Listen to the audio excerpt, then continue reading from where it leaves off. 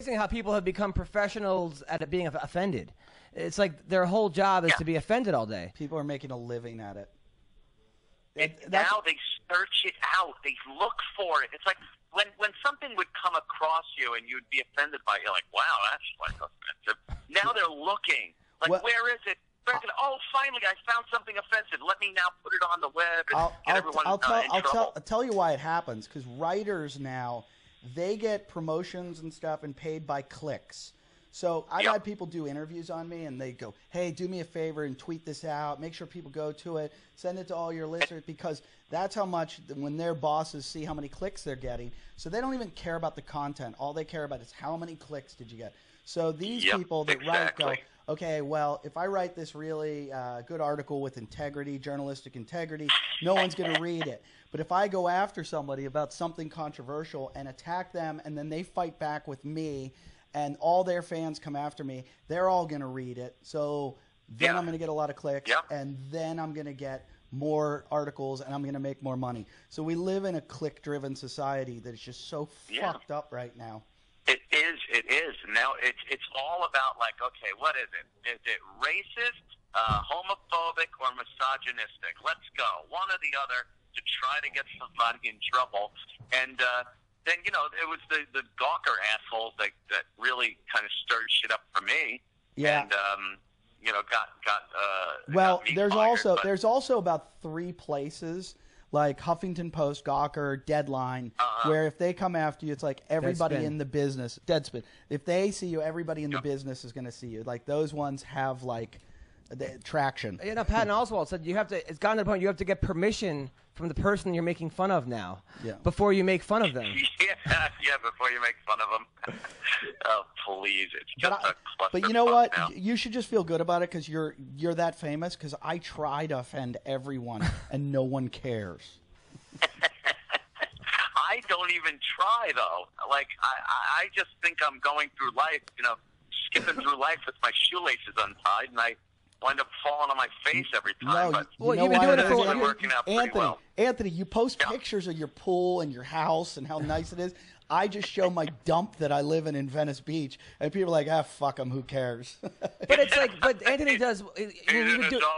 You've been doing it for 20-something years.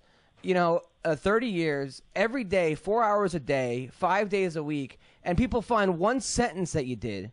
Or one tweet, and they go, "Oh, that's it." Well, what about the 30 years that you've been doing shit? Yeah. It wasn't even on the radio. It had nothing to do with Sirius XM at all. It was, you know, my own personal thoughts on some bitch that smacked me in the head a few times in Times Square. Of course, any normal human's going to be angry, and that's what I did. I don't regret it at all. Who was I with the other night that was talking about it? They said no one talks about. They just talk about the racism that was involved, like, Anthony was racist, but nobody talks about the violence that occurred. No one cares that there was violence. That's it. I've said it a few times. It's like I went through that situation without using one bit of real life violence. She was whacking me in the head. I was moving back. I didn't lay a hand on her. I had a weapon. I didn't use it. I didn't even think about using it. No violence whatsoever in real life. In the Twitter world, I said, I hope she walks up to a homeboy with that same attitude and he shoots her in the face. And then they were like, well, we didn't like the violent tone of your tweets. It's like, but in real life, I use zero violence, none violent. And you didn't like the violent tones of my tweets. So my words, which I should have freedom to use, you had a problem with. But what I did in real life, which was nothing, I didn't lay a hand on her, that was the problem.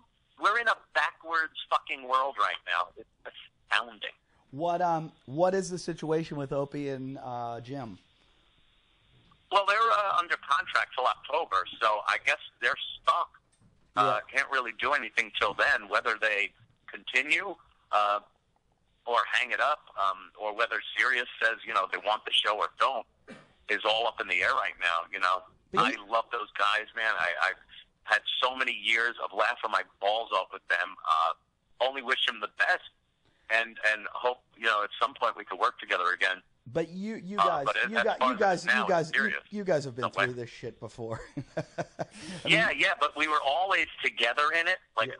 It was never one of us getting the boot. Right. So this is weird. But we'll see what happens in October. Yeah. Well, I hope you guys all stay together because the show's. Yeah, I hope something happens where we can work. I listened when they were playing the best, which is the funniest thing in the world. They fired you, and then they played the best of you. For 2 weeks, and it was like for 2 weeks. Yeah, for 2 weeks. Hey, we fired this guy because we disagree with the things he said, but until we find someone else, here's the best of him. Yeah.